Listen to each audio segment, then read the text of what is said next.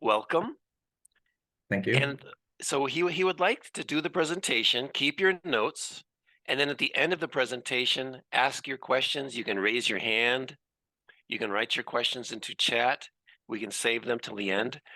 But listen, form your questions, and then there'll be a good 15 to 20 minutes at the end for your questions. Okay, just turn it over to Dr. Abdullah. Thank you.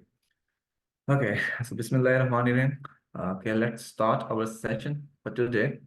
So today we'll be talking about some complex navigation systems that exist in our daily life, and we'll go into the detail of unmanned aerial vehicles.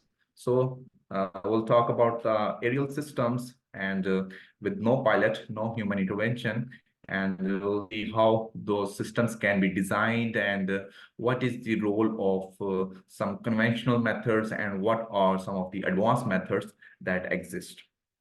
Okay, so the title for this, I'll just minimize this part. Okay, so the title is Nonlinear Control Strategies for UAV Systems. Okay, so I am Dr. Abdullah M.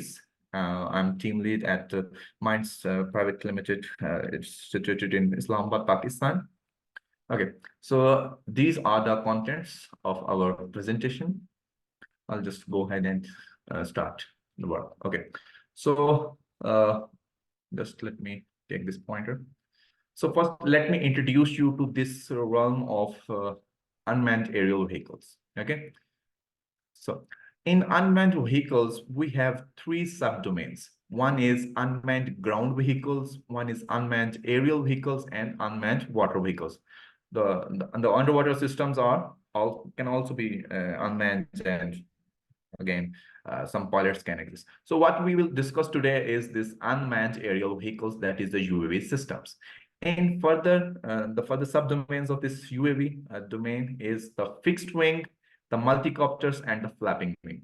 This fixed wing is that commercial flight with wings that you normally take to go from one point to another point in daily life. And this multicopters is more like those quadcopters that you may use for photography or videography, and you may take them during your hikes or events. So these are used mostly for aerial photography. So this flapping wings is more like we develop systems that mimic real life birds. So we do not have any rotatory fans onto them, and we have flapping wings. The advantage of these is that we avoid the noise factor that we observe in the other two categories. So, but the flapping wings cannot handle too much weight. They can be only used for surveillance purposes with the lightweight camera, and that's also a good domain. But for now, today, we'll go ahead and look into this multicopter domain. So again, in multicopter, there are a lot of different configurations that may exist. So we'll today concentrate on this quadcopter, which has, from the name, you can see it is quad, meaning 4 motors, 4 propellers that you have. I'm sure you have normally seen in a lot of your daily life experience. Again, this is the exact configuration that is mostly used for videography. So we'll go ahead and look to this quadcopter domain. So moving ahead.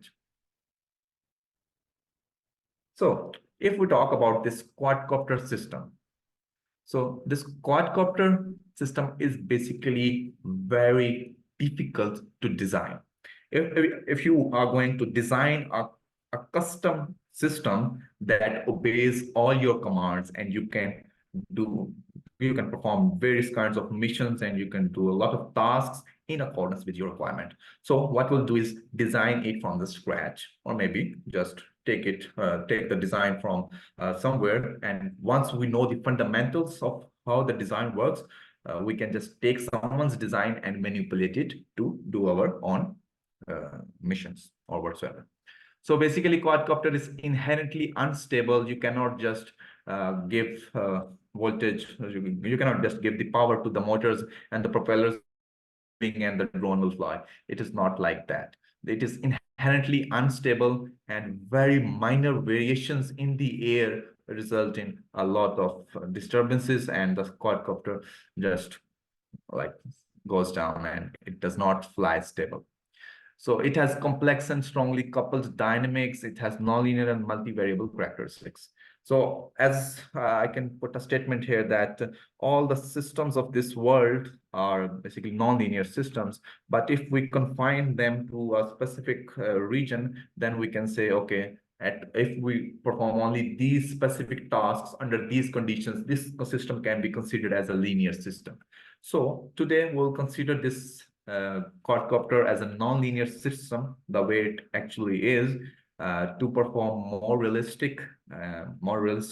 design more realistic algorithms and control laws, and that gives us the opportunity to perform various kinds of tasks using those. Okay, so moving ahead. So here I have a small video indicating this is a quadcopter, and I'll just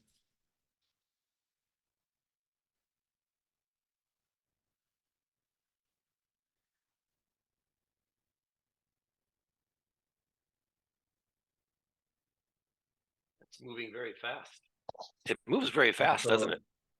Yeah, that's really, really fast. So the sound effect was good, so I had to keep quiet. So here you can see that it can perform aggressive maneuvers, and it is really, really fast. It can, there are certain configurations of quadcopters. If you select the right motors, it can go up to 0 to 100 kilometers per hour in 2 to 3 seconds.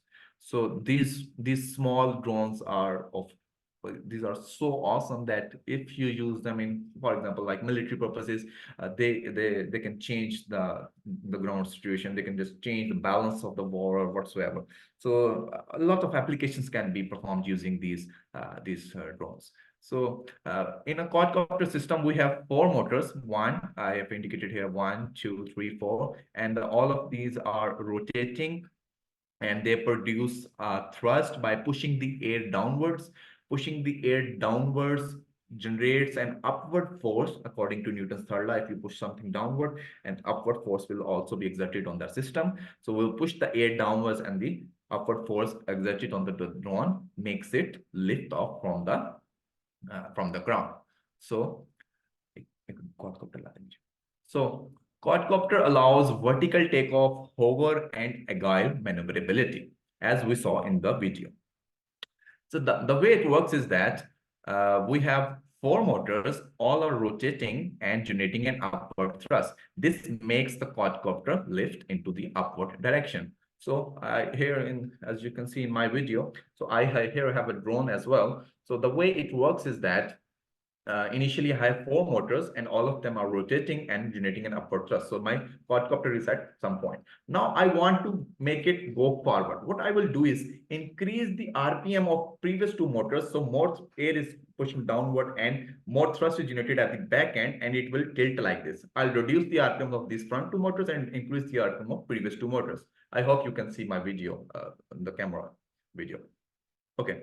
So this way, now there exists the horizontal component of force, and this way the quadcopter will move in the forward direction. Now I want to go back. I'll increase the RPM of these front 2 motors and decrease the RPM of these back 2 motors. Now the quadcopter will tilt like this, and it will go back in the back direction. Similarly, I want to go left and right. What I'll do is increase the RPM of these 2 motors and decrease the RPM of these 2 motors, and it will tilt like this and go. So now what I want to do is change direction, the heading of this quadcopter. So here 2 motors are rotating clockwise and the other 2 are rotating anti-clockwise. So the way it works is that overall clockwise and anti-clockwise rotating motors are of equal magnitude. The RPM is equal. So it overall cancels out any net movement. If I want to rotate the quadcopter towards the clockwise direction, what I'll do is increase the RPM of clockwise rotating motors and decrease the RPM of anti-clockwise rotating motors. So this way the quadcopter will move in this direction. So this specific direction is called the yaw axis movement, and the left right motion is the roll, and the forward backward motion is the pitch. So these are the Euler angles that we normally use to define the motions of the quadcopter system. So in a quadcopter system, there are 6 states that describe the whole drone.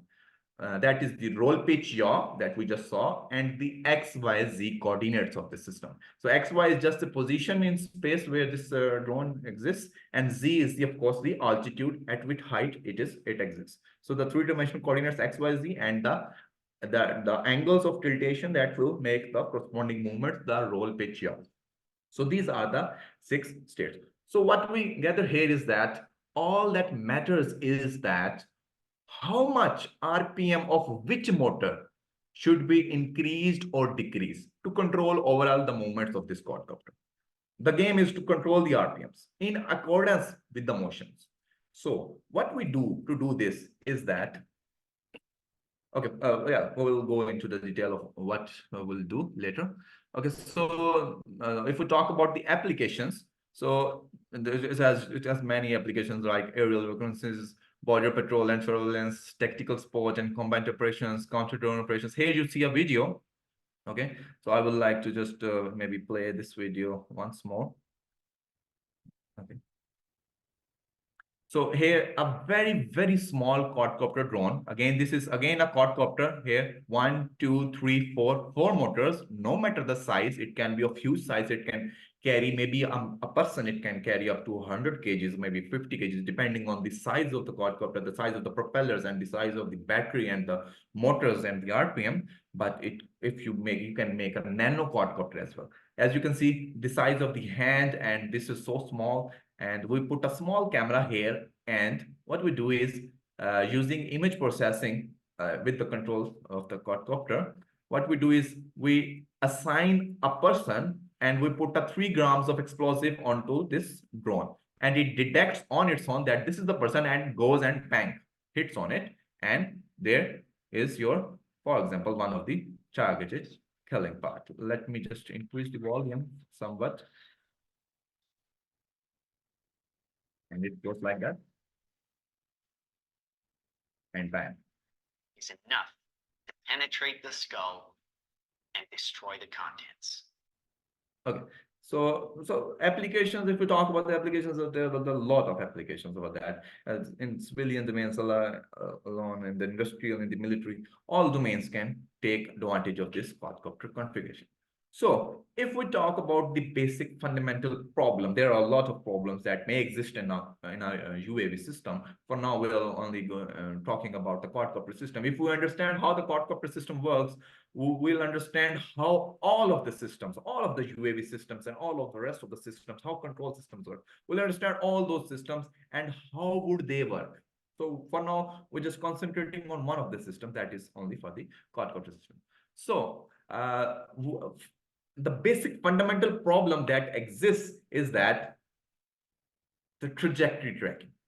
If your UAV system is not moving on the trajectory that you assigned it, any mission is of no use. You cannot carry out any mission. If you wanted the quadcopter to go behind that building and over the roof and go through that room, and if it is not going behind the building over the roof, there is no point in carrying out whatsoever the mission was. So first we have to ensure that the quadcopter is actually tracking the trajectory that we are assigning it. So the best thing is that what we do is we design such intelligent algorithms that no matter what, no matter there exists, there was a huge wind below, someone threw a stone on the quadcopter, or a bird came in and hit the drone, or maybe a hurricane, or whatsoever the environmental conditions are, our quadcopter does not go off track. It goes through the points that we want it to go. So that way, whatever happens, unless there is some energy in the system, and it did not just blew out of the air. If it exists in real life, it must obey our commands, no matter the disturbances, no matter the conditions. So that is why enabling, let me just select this placer pointer. Enabling precise trajectory tracking for quadcopter systems presents a critical challenge due to the nonlinear dynamic susceptibility to disturbance and uncertainties. Now that we know that the trajectory tracking problem is of huge importance, but it is not straightforward to handle it. We cannot just say, okay, let go left and it will just go left. Due to the nonlinear dynamics and its susceptibility to disturbances, very minor variations in the system will cause huge difference in the output. So it is very sensitive and difficult to design algorithms that can actually control a flying system. So the solution that we can propose, one of the solution is that the best solution, I would say, a solution can be proposed by introducing optimized nonlinear control laws that can be enhanced by intelligent algorithms. The performance of those nonlinear control laws can be further enhanced using some intelligent algorithms like integrating AI or machine learning into our previously designed controllers, and we can just enhance the performance. So the aim is to enhance the trajectory tracking performance, thereby advancing the capabilities of quadcopters for diverse applications. So once, no matter what, the quadcopter is tracking your trajectory, whatever you assigned it, you can carry out any type of mission. You can just make it more intelligent. Once a robust system exists, the rest is up to you. You can go ahead and just go ahead and use wherever you want it to be. Okay, so now that we understand that we need such a controller that makes the quadcopter go through our given trajectory. Okay, so here I have a small diagram that explains how this control system works and what is the logic and how the decisions are made. So this is maybe a bit difficult for someone who has never studied control systems, but just bear with me and just concentrate where my pointer is pointing. Okay, so initially we give a reference signal. This reference signal is something that the user gives. For example, I want to say, I want my quadcopter to tilt at 20 degrees. Okay, I want my quadcopter to tilt at 20 degrees like this, or maybe forward, or whatever it is. For now, we'll take only one angle. I'll say, I want my quadcopter to tilt 20 degrees in the roll direction, like this. Well, fine. So that is the requirement from the user. The reference signal is the requirement from the user. So I just convert that reference degrees signal to a voltage signal because the controller understands what is in terms of voltage. So this 20 volts represents, 20V represents that I want my quadcopter to tilt at 20 degrees. Okay, so here I gave this, just forget what is written here. I gave this reference signal to the controller. Now the controller understands that, okay, the user wants the quadcopter to tilt at 20 degrees. And this controller makes decisions on its own and gives those signals to the quadcopter system so that the output of the quadcopter system, which is the motion of the quadcopter, is what we want in the first place. Okay, so we wanted the quadcopter to tilt at 20 degrees. The controller made a signal based on its own brain. We will develop that brain later on. Based on its brain, it generates a signal on its own and gives it to the quadcopter system, the UAV system, and we see an output. Okay, so now the output could be at 20 degrees and it could not be due to whatsoever reason. Maybe a child is sitting here and is just pushing the drone downward, is making the 20-degree go to 40 degrees, or maybe is pushing it upward, or whatsoever the reason. Let's say our output is not at 20 degrees. We wanted it to be at 20 degrees, and now it is not at 20 degrees. What we want here is to measure what it is in the first place. If it is at 20 degrees, fine. We have achieved what we wanted. But if it is not at 20 degrees, we gave the reference signal of 20 degrees. If it is not at 20 degrees, we measure the angle. Let's say we measured an angle. We can use different kinds of sensors. For example, a very cheap and easily available sensor is the MEMS sensor. MPU 6050 is a good sensor that can be used for this measurement of angle. So that just converts the degree to voltage because the controller understands the voltage. So the sensor measures the output. Let's say the sensor said, okay, the output is actually 25 degrees at this moment. The controller tried to give a signal. It gave a signal to the system, and the system was supposed to go to 20 degrees, but due to whatsoever the reason, the actual output is at the moment 25 degrees. So what happens is that we take this feedback from the output. This is the feedback signal. We take this feedback and make it go back, and we add a summer here. This summer is just a positive and negative addition of two signals. So what we do is compare it with the reference signal. So at this point, what happens is that we compare it, and we say that, okay, we wanted 20 degrees and we are getting 25 degrees. So what is the difference? We calculate this difference and we define it as the error. This is the error. Okay, so this feedback is always negative feedback. Okay, negative feedback system. So if the output is 25 degrees, at this point it is minus 25 degrees. So reference is 20 and we remove minus 25. We just subtract 25 from it and we get an error of minus 5 degrees. So minus 5 error indicates whatever the output is, reduce 5 units from that and you'll get your job done. So here we can just say that the ultimate aim is to make this error go to 0 in all cases. Whatever happens, this error should stay at 0. So the ultimate aim of this controller, the ultimate aim of the engineer who is to design a controller for any of the systems in the world, the ultimate aim of a control engineer is to make this error go to 0. So this block diagram is not only applicable for quadcopter systems. This can be used as a generic block diagram. This is also called a closed loop feedback system control, closed loop control system. Okay, feedback control system. So this can be applied to any type of system. So okay, now that we understand that we want our error to go to 0. So I'll just have added few of the pictures here. So we can, this is a MPU 6050 sensor. We can put this sensor on to this our actual quadcopter drone, and it will measure the actual output. So let's say we wanted our quadcopter to hover at a certain point, and what we want is that it should not go left, it should not go right, it should not go forward, backward, or it should not rotate. Nothing should happen. It should just go up in air and hover at a single point.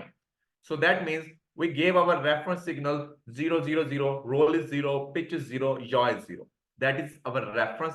That indicates that that indicates that we want our actual output to be at 0 degrees, because we are giving the reference signals at 0 degrees.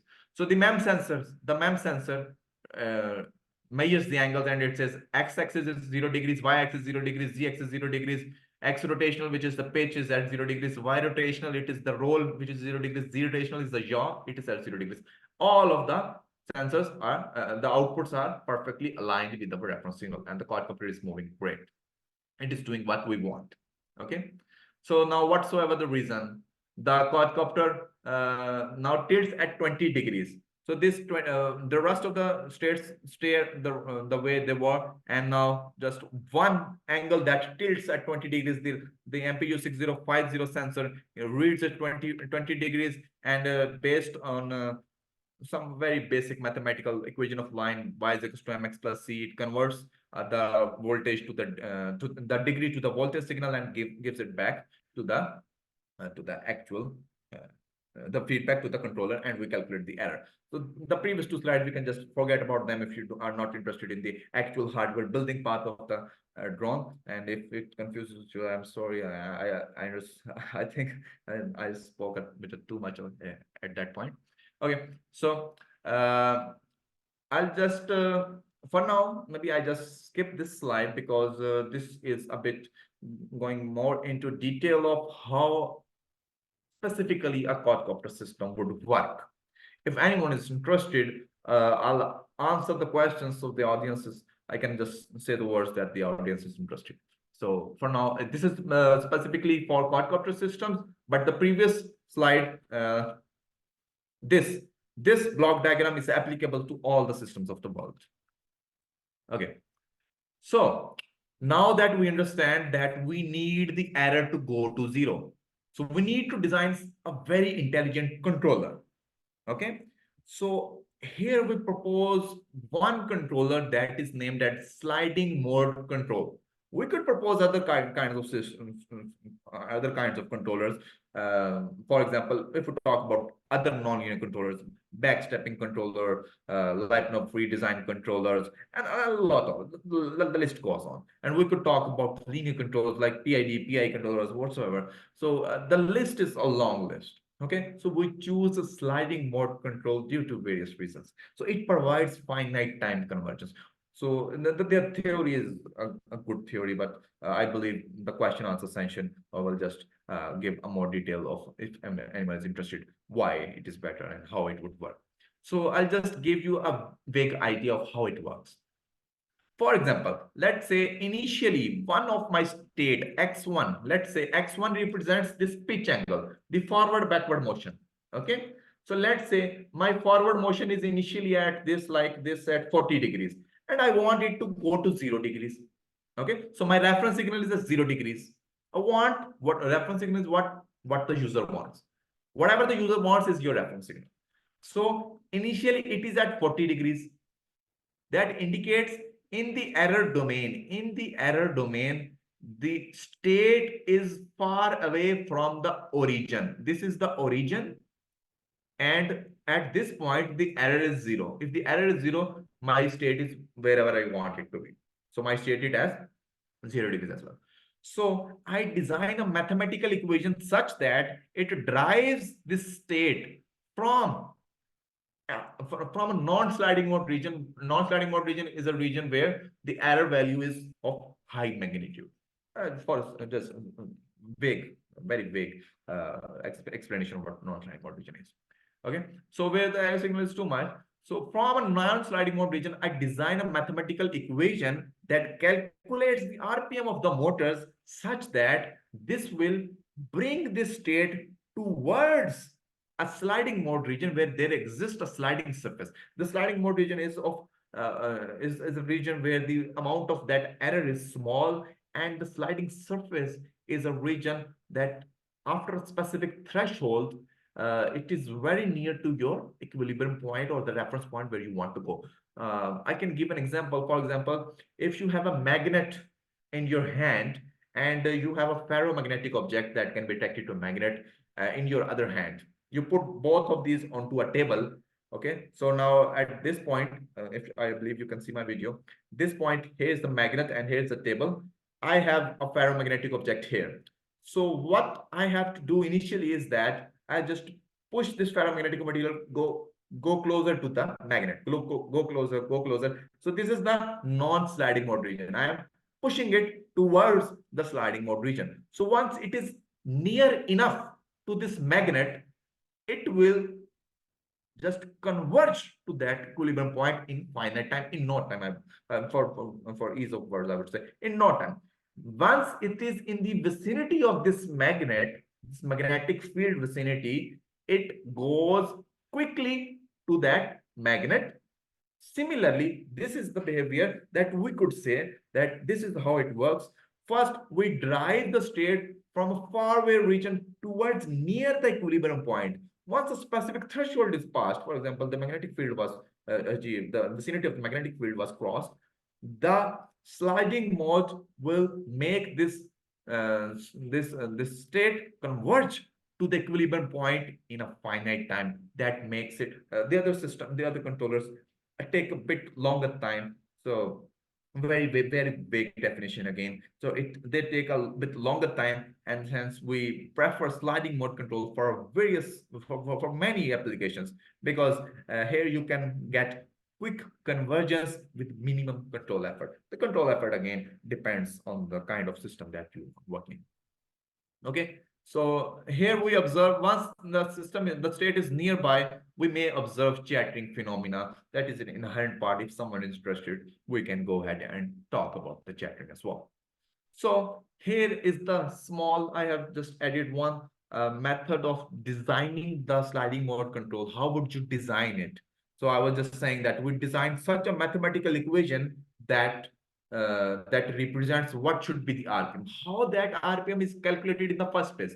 So we'll just see the design process. So these two equations represent the pitch angle of the quadcopter, the pitch motion, the forward backward motion. The forward backward motion can be represented using these two equations. Okay, so based on the equations of motions and the Lagrange formalism, we calculate the differential equations and we convert those differential equations to state space and we get this equation.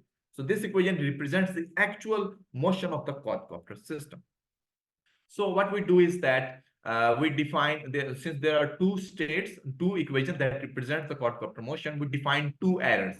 And this error is the same as we talked about before, that the error should go to 0. So here again, our ultimate aim is that these errors should go to 0. If the error goes to 0, we understand that our aim is achieved. The trajectory is being tracked. The drone will do whatever we want it to do, no matter the conditions. Okay. So here we introduce the sliding surface. The mathematical formation of the sliding surface is basically the sum of errors. So since it is the sum of errors, here we can say now what we want is that we want the sliding surface go to 0. If we want something to go to 0 mathematically, we would want is that we would take its derivative and see how it is changing with respect to time.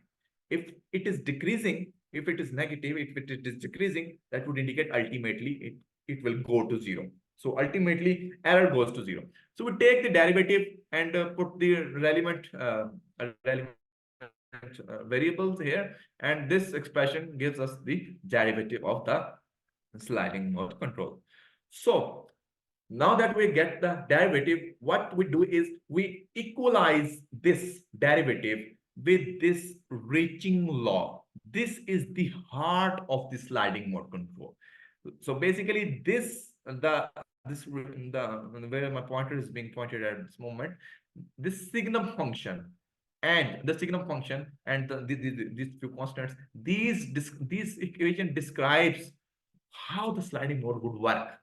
The signum function is based on this sliding surface, which is the sum of errors. So based on the direction of the error, maybe your reference was 0 degrees and maybe the state is at 10 degrees or minus 10 degrees. If it is at minus 10 degrees, the signum function will give a different value. If it is at plus 10 degrees, it will give a different value, so that whatever the direction of the error is, the state always goes towards the equilibrium point and not away from the equilibrium point. And since all of this is overall a negative definite function, when we equalize this function to the sliding surface, this indicates the derivative of the sliding surface. This indicates that the rate of change of errors will ultimately decrease and go to 0. So we'll just put some other conditions here. If someone is interested, we can always go ahead and talk about it. So this signum function is described as such. If it has just it's the switching function. If the error is positive, it gives a +1 value. If the error is negative, it gives you a -1 value. Okay. So once we have designed the controller, we have to ensure that whether this designed controller is stable or not. Okay, for that there are various methods, but one of the most advanced and best methods in the field of nonlinear control is this Lyapunov function, the Lyapunov stability analysis. So we take a Lyapunov function, an energy-like function. The Lyapunov theory states that if the energy of a system is decreasing, ultimately it will become stable. So we take an energy-like function of that is based on the sliding surface, that is based on the errors of the system. So sliding surface represents the errors of the system. So if this energy-like function is decreasing with respect to time, the system will become ultimately stable. So what we do is we take its derivative and we just put the variables, and here we see a negative definite function that indicates that Lyapunov function with respect to time is decreasing and system will ultimately become stable. So our design controllers is again ensured that the system is stable as well. So when we equalized in the previous slide, like I told you, that the sliding surface, we equalize it to this reaching law of sliding mode control. And here, this U2, we make this subject and put all of the variables on the right side. So this last equation, this is the pitch angle control law for the quadcopter system. Okay, so this mathematical equation, when based on the values from the quadcopters and all the dynamics of the quadcopters, U2 will be calculated, and U2 represents the RPMs of the motors, and this is the decision that the controller is making at this instant. If you want your quadcopter to be at 0 degrees, so it calculates the RPM and gives it to the plant. So this is the mathematical equation that calculates those RPMs. Similarly, we can use the same method to drive the expression for rest of the states, the roll, the yaw, the z coordinate and the xy. Z coordinate is the at altitude and the xy coordinates are the position. We can use a similar method and drive the expressions for all of the rest. Okay. Then what we can do is that before going to hardware, we can put these equations into a software and see how our quadcopter would behave in real life. So I used this MATLAB software, and I designed basically a few of the advanced variants to just show you how they would behave at this instant. So our one of the variant of the sliding mode control and advanced variant of the sliding mode control tracked this point. Maybe it is visible, not that visible to you, but here you would see that there is a green line at the top. This green line is the reference pitch. Okay, so it is the reference pitch, the signal that you want it to be. And this pink line is very close, almost overlapping that green line. That is an advanced variant, the cap disk pitch. I have just recently published it as well in a journal. So you can go ahead and look if you are interested. So this advanced variant track this quadcopter system with high accuracy, and the rest of the design, the rest of the variants of the sliding mode control tried tracking it. They gave very good performance, but one of the variant gave an extraordinary amount of performance. So here what we did was we gave the same initial condition as the reference signal. So that means that we are making our quadcopter absolutely horizontal when we want to take the flight. This represents that. So here are some of the performance indices that indicates the performance of the quadcopter in some mathematical in a graphical manner. Here again, now we gave a signal with different initial conditions, indicating that my quadcopter is like tilted like this, and now I say, okay, make it fly now. At this, I'm holding it like this, make it fly. Now the initial condition is different from the reference signal. Okay, now many of the controllers will fail. The linear controllers will fail, the PID controller, all of the simpler control algorithms that may have worked when the controller was like this, now they fail at this instant. So what we do here is that, again, the design controller gave a really good performance and tracked the controller and the reference angle. So after the simulation, after the verification, okay, so here's the signal for the yaw angle as well. I'm just concluding it in, I believe, 2 to 3 minutes because the time is almost done. So here we gave a very straightforward linear signal. Here you see all of the controllers give very good performance. So what we see is that if you want the controller to do simple tasks, the really advanced version of the controller and the very simpler linear controller, they may both perform the same way. But if there are disturbances in the system, you want something complex, you want the quadcopter to move, like the video I showed you, you want the quadcopter to move, go left, right, up, down, here and there.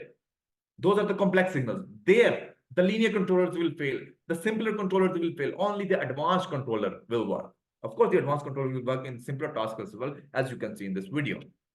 Okay, so here's the test I implemented a PIG controller onto the hardware, and here you see I am giving it small disturbances, very small disturbances, and once it catered, it made the quadcopter come back to its original state. All right. So like in the case of this example that I showed you, if the signal is linear and you want your system to if the signal is linear, the linear controller may work good enough. But when I pushed it so much, the trajectory was not, the disturbance was too much value. Then the linear controller failed. Here the non-linear controller advanced variants would have worked. Again, I'll show the video. Here I push the cord. This is a hexacoupler basically. I push it and it comes back to the stable point. Again, I gave it a higher push and it failed. And it failed. Okay. So here again, as I previously showed you this video, here you would see that this the person is throwing the drone into air. And this is how it works. You see that he threw the drone into air, and mid-air it took the flight. So if I were to throw this drone into air, so it will just rotate, and who knows what the initial condition would be at the time of the flight. Okay, so the linear controllers demand that the initial, as we just saw here, that if you change the initial conditions, many of the controllers failed. Only one of the advanced controllers converged, and it actually gave the performance. So the linear control would definitely fail. You can observe if someone is in the domain of making drones, you can observe the very similar PAD controllers. They work when you make the initial conditions are the same as the reference trajectory. You make it absolutely horizontal and take the flight. If it is tilted like this, the linear control laws and the simpler controllers won't work. So when the summary is that when you go to the complexity, you need advanced nonlinear control laws. So again, in the simulation, we gave a 3D trajectory tracking, and we observed what the quadcopter would behave if we make it in a 3D helical direction. So I'm just gonna quickly go ahead and just finish this slide because the time is, I believe, short. So we can always verify the simulated results. Just put our hardware with the simulation and see our designed mathematical equation was working like this in the software, and how it would work in real life. We compare the results and we see what the difference is, and if there are no differences, the design controllers can be verified that they would work good enough in the real life. If you do not have sophisticated hardware, you can always go ahead and do some controller in loop experimentation.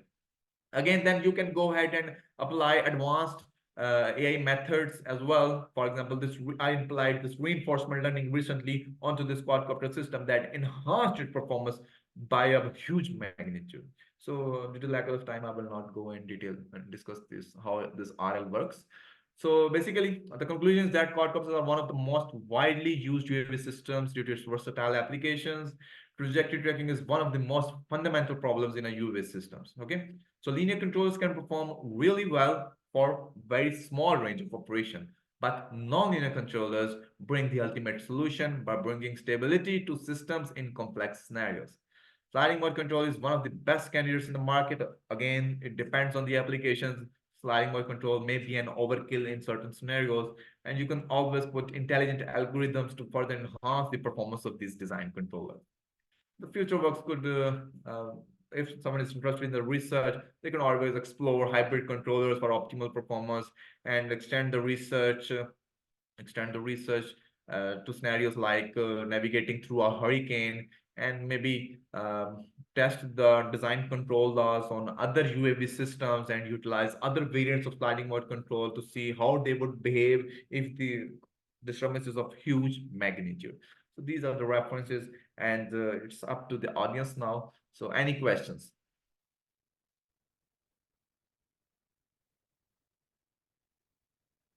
Thank you so much, Dr. Abdullah Mugiz. That was amazing. So, questions, comments, thoughts? You can raise your hand. Oh, we have a question here from Clinton.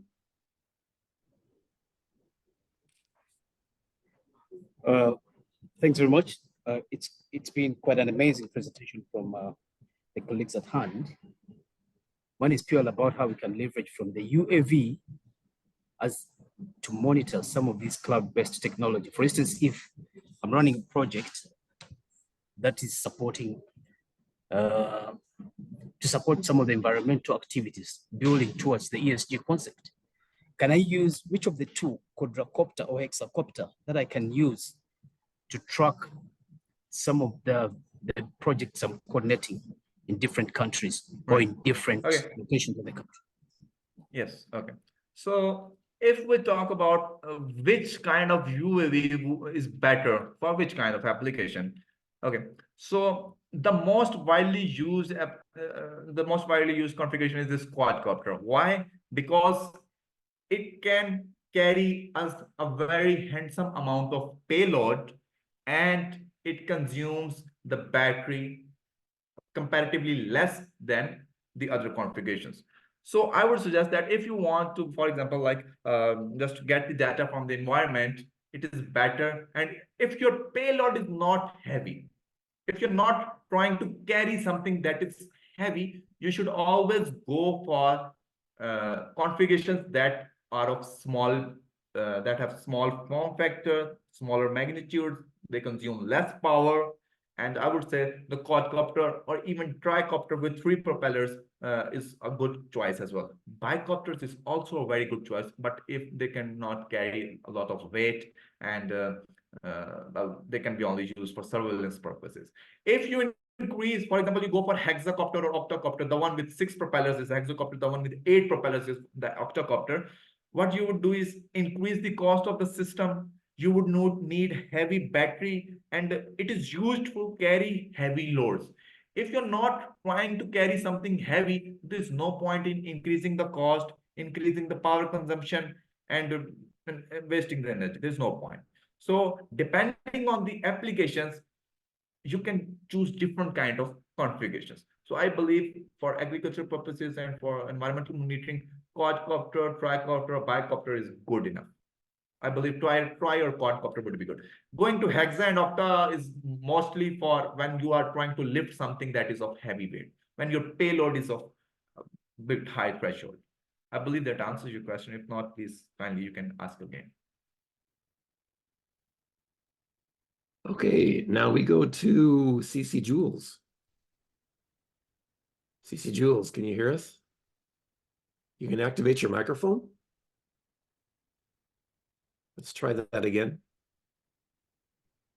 Okay. There you go. Thank you very much. Thank you for the presentation. It's very, very the technology matter. So we gain more interest in the technology of the unmanned aerial vehicle as the UAV. So my question are just the first. There is two questions. The first is UAV. Is it a drone system basis component, or vice versa? Second question is there any relationship between the helicopter and the quadcopter? The helicopter, usual helicopter, fly how they call plane, as you know, and the quadcopter. Is there any link, any relationship, or in terms of the conception, design, and so on? So just the two questions I have. Okay, Thank great. you. Okay. Yes. So the first question is, I believe that is the components of the quadcopter system. So I did not include a diagram for that, but I can explain it to you. So here we have BLDC motors, brushless DC motors, because they move at high RPMs. And we have propellers for that. And we have electronic speed controllers, ESCs they are called. These are the motor drivers that drive these motors. So these motor drivers, the ESCs, the electronic speed controllers, they work if you give a PWM signal to these controllers. So PWM signal is given using some microcontroller, and in that microcontroller is all of this control algorithm. All of this mathematics is converted to programming language, and based on those mathematical equations, that PWM signal is calculated and it is given to these motors, and they perform in accordingly. So that is, and we'll put a battery here to power all of this. We normally use the LiPo battery, lithium polymer. So LiPo batteries are comparatively cheap, but not very. So these are the basic components of the quadcopter system, and then we can always go ahead and put more stuff here. We can put GPS signal here, camera, LiDAR, sensor. For different applications, you can put a lot of stuff here. But the basic is that you need a battery to power all of this. The LiPo battery is good enough. You need an electronic speed controller to drive these motors, and you need BLDC motors, and you need a microcontroller that can give a PWM signal to these motors so that these motors work. So that are the basic components. So the second question, I believe, was that what is the difference between a quadcopter and a helicopter? So here I would go to a certain slide. If you talk about the controller design, how it would work, this diagram, the concept that I delivered in this diagram is valid, but the motions of this quadcopter is different. So here I have an helicopter as well, I believe, but it is of the size is too big. I'm not sure if it would fit into this video, but okay. So here in the helicopter, the working principle is different. So we have one rotor here, and it rotates and generates an upward thrust. Okay. So overall, this clockwise rotation is counterbalanced with the tail that just pushes it to the other direction. So the working principle is different. So since the working principle is different, so its mathematical equations that represent the working principle of this helicopter would be different. And then you would design controllers and those mathematical equations using the same procedure that I just explained. The procedure would be the same, but you would yield different mathematical equations, and they would give you different decisions, and you would again implement those into some microcontroller, and again the system is expected to work. Okay, thank you very much. Thank you.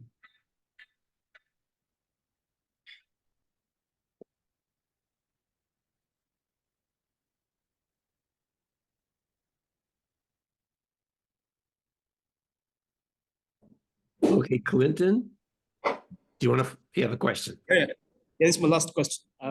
Can a UAV be customized to a brand, regardless of where I'm situated or located? Can you repeat? UV can be customized to what?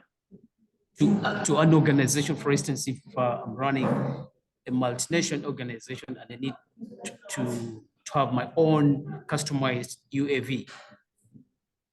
Yes, absolutely. So you can just design it from scratch. All you need is basic electronic components. Okay, so it depends on which kind of UAV you are talking about. Okay, you need to get those accessories, and the procedure that I just told you, that is the fundamental theory of how the design process works. Of course, definitely, yes, you can always design a custom UAV. If you want to talk about the quadcopter, I just showed you how you would design a custom quadcopter, and it can do whatever you want. Dr. Abdullah, I want to ask you a question. Right. How could somebody just on their own inside their house, how can they make money from a drone? Okay, so if the person is inside the house, well, you need the hardware. If you're not getting the hardware, you cannot, a single person cannot like build prototypes and deliver. So the way that that person would make money is that he would learn the control engineering and the nonlinear controller that I just described you. So what he can do is develop the brains and simulate those results and verify and maybe sell it to some good company, and then they can manufacture that prototype. Okay, so yeah, they can study the advanced rating of sliding mode controllers, and they can simulate different disturbances and show, okay, so these mathematical equations, based on that theory, that nonlinear theory, the lack of stability as all ensures that these equations will give you what you want. So just put these equations in your programming language into your microcontroller, and your system would perfectly work. So he can sell that idea, that brain from inside the house. Otherwise, for the drones, we would need that manufacturing of prototype and actual working. But No. that would be What uses can you think of where someone could actually sell the services of using a drone? Like I'm thinking, if you have a football game, and maybe that team could hire you out to film it from above so that you can show the players better positioning when they're playing football. Yeah. So if we talk about but the football example, if we talk about something similar, so if you can design the brains of a quadcopter, you can always design the brains of robotic systems, even ships, even the nonlinear control is also used in biomedical applications as well to cure the brain tumor, to see how the number of healthy cells and infected cells are changing with respect to time, the dosage concentration. You can apply nonlinear control theory to that as well. So once you understand the basic fundamental of the design process, you can sell it to different industry, different criteria, different systems. It is not limited to quadcopters, UAVs only. the nonlinear control theory and the nonlinear control design.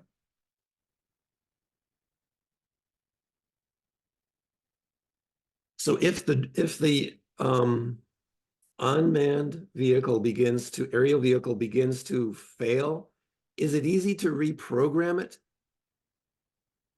Okay, so if the system is flying in air and if it fails, well, you cannot just in real time you can't do anything. It will just come to the ground and it will fail, and then based on the reason why it failed, you would change the control laws, you will change the dynamics, the mathematical equations, and next time it takes the flight, you would expect, now that I've changed this and this and this, now it is expected that this will not happen again. Once it is flying in real time, you can have backup programming language, you can have backup plans, but if it fails based on the theory that you implemented, you can't really do anything in real time. So you just connect it to your computer and you just transfer over the programming. So the way it works is that we pre-program it. We just take a processor, connect it to the computer, and upload the program. Now it's done. Now we don't need the computer. The program is there onto the microprocessor. We put that microprocessor onto this drone. The brain is on the drone. It is saved there. Now you don't need a laptop or whatever it is. So now the drone will fly in deserts, in mountainous areas, wherever you want it to fly. You don't need to. We'll go to Zachariah, who has the next question. This is very interesting. Hope everybody is enjoying this. Yes. Doctor, first of all, I greet you. It's been a long time. I haven't seen you. Great to All see right. you, Zachariah. It has been a few months, it seems. Nice to meet you, sir.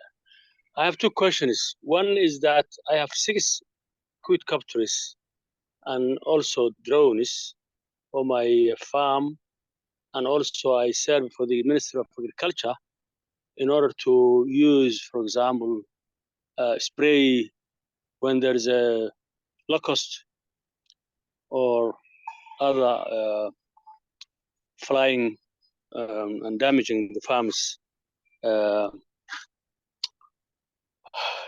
diseases. Yeah. Now we have 2 problems. One is the payload. Obviously, Mr. Abdullah was explaining the one with the quadcopters with the military use, but we mainly use for civilian use.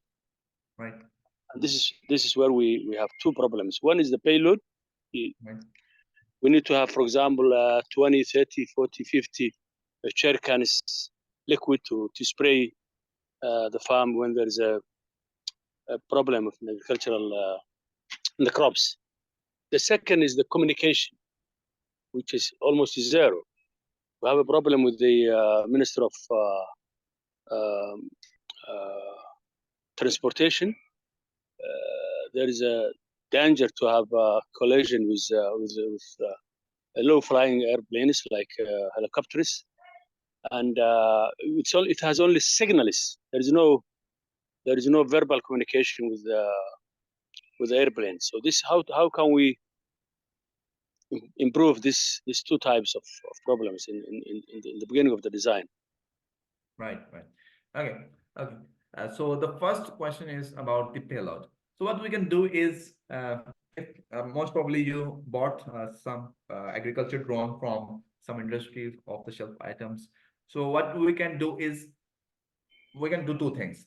First is, if you have a quadcopter, the 4 motors, the propellers, of course, if it's an agriculture drone, it would be of a huge size. What we can do is increase further the size of this quadcopter and use bigger propellers and motors that can run faster. Or we could always go for hexacopter configuration, where 2 more extra motors are present, and since there are 2 more motors, minusing their own weight, they can provide extra thrust and lift some extra weight. And if it's still not enough, we can go for octacopter, which has 8 motors in comparison to quadcopter, 4 extra motors, and then it can carry out double the weight. But that would increase the cost and the size as well. So the payload, if you want to increase the payload, the cost must increase and the size will increase. These two Sure. things will happen. The second part of the question, the part about the collisions with the local air flying Communication, yeah. Yeah, communication. Okay, so the communication is of two types. One is that if you are unable to communicate with your own drone, then you can always use some high gain antennas to increase the range of your communication. The second is that if you are worried about the collision with the flying machines in the air nearby, so what you can do is design a system. But if you are the engineer, design maybe a radar system or get the data from the authorities, and you can just change few lines of codes and change few lines of code in for the navigation of your drone, so that once it detects there exists a flying object nearby your drone, it will automatically go away from that, no matter the command that you are giving. For example, there is a Chinese company, DJI. So they have incorporated this mechanism by default, that they have inserted few of the coordinates. And once you take, for example, near the airports, once you take the DJI drones near to the airports or maybe some military base or some sensitive areas, whatever the command that you give, it will not obey you and it will not go any further. So we need a method to detect that there exists a flying object nearby, and we need to change few lines of codes, maybe many lines of codes, and ensure the system goes away from those flying objects. So that is a bit complex task, and a proper engineer would be able to do. It has to be sensors, isn't it? Right? Sensors, bias sensors. Yeah, well, we could use And radar. as well. Radar and sensors. Yes, but that would give you only the approximation of maybe 50 to 100 meters, few meters opportunity, right? So if the flying object is that nearby, the probability of collision would increase. Radar system is really good option if you would detect flying objects using some radar system. That would give you a space to go away. If the object is so nearby that you don't have time to go away, so that will always LiDAR can be used as well. Of course. Thank you so much. But it's Thank you very interesting much. with like these vehicles are so small, they're like birds. How can you tell them, how can you tell the difference between them and birds? Yeah, that's a good question. Okay. So okay, I'll just go back to one slide and okay, there it is. So here we have laser pointer. Okay. So in the UAV field, unmanned aerial vehicles, we have multicopters and flapping wing. This flapping wing represents the behavior of those birds. It is difficult to differentiate the flapping wing if the body is so good from a real life bird. But the other two birds, the multicopters and fixed wing, you can always just listen to the sounds they will produce. You cannot counteract the sounds. So these multicopters, they have huge sounds. So just you can just distinguish, okay, there's a drone flying nearby, even if you can't see it from the sound waves. So these two are very easily distinguishable. What about, do you know Morgan type of drones, which is more bigger than the quadcopters? It's a drone. Sorry, can you repeat your question? It's called Morgan. It's a company called MOGUN. MOGUN. Morgan types of drones? Yeah, it's a type of drones that you can use for the civilian use. I think it's a Chinese or American company. I don't recall which company it is, but recently I communicated with them. Yeah. Okay. Is that a specific type of drone? I've never heard about this Morgan drone. Actually, yeah, it's very specific. Yeah, it's bigger than the quadcopters. Googling it right now. It has Okay. two rotary blades actually. Two like an airplane. Right. Yes. So there are different configurations. Every configuration has its own, can have its own mathematical model and custom design. So all of these systems, everyone has a rotated, if it has a rotated propeller, it will generate some sound, and you can always distinguish it. So there exist multiple configurations for different kinds of applications. Thank you so much. Doctor, Thank you, Zachariah. Doctor, For can we have time- this lecture, please? Can we for have time- this lecture? Yes, we will have it available on the platform probably within 2 days. Thank you so much. Thank you, Doctor. Thank you, Bye-bye. Zachariah. See you Now again. let's go Bye. to Asfa Habte. Can you activate your microphone? Yes, sir. There you go. Really nice to meet you, and I'm just very glad to attend this class. And when it comes to today's class, I have a question to Doctor. And my question is, does this controller equation or principle can be applied for seismic waves or seismic movements? Maybe there will be a seismic movement or a seismic earthquake around the war base area or any in the camp or in the view around the buildings. Can it be applied for ground or non-movable things? Okay. So that's a very interesting and good question. So I believe the answer is yes. So the sliding wall control theory, maybe that I just represented equation, that theory and the nonlinear controller designs, there are other controllers as well, they can be applied to any system where a decision is required to achieve a certain objective. Here, the decision of RPM was required to achieve the objective of making the error go to 0. So what we wanted was make this error go to 0. For that, what should be the decision?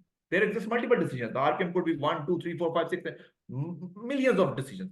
What should be the decision to make this go to 0? So using this concept, you can, yes, always apply to any kind of system, even that seismic radiation as well. The earthquakes, I believe you were talking about. So yes, but again, you have to think about how it would be applied there specifically, but the nonlinear control theory can be applied in any type of system. Thank you. Most welcome. Thank you, Doctor. Most welcome. Okay, now we go to Agosto Latila Silva. Please Oh, activate. yes. There you go. Yes. Hi, Dr. Lambert. Right. Can you hear me? Yes, you are audible.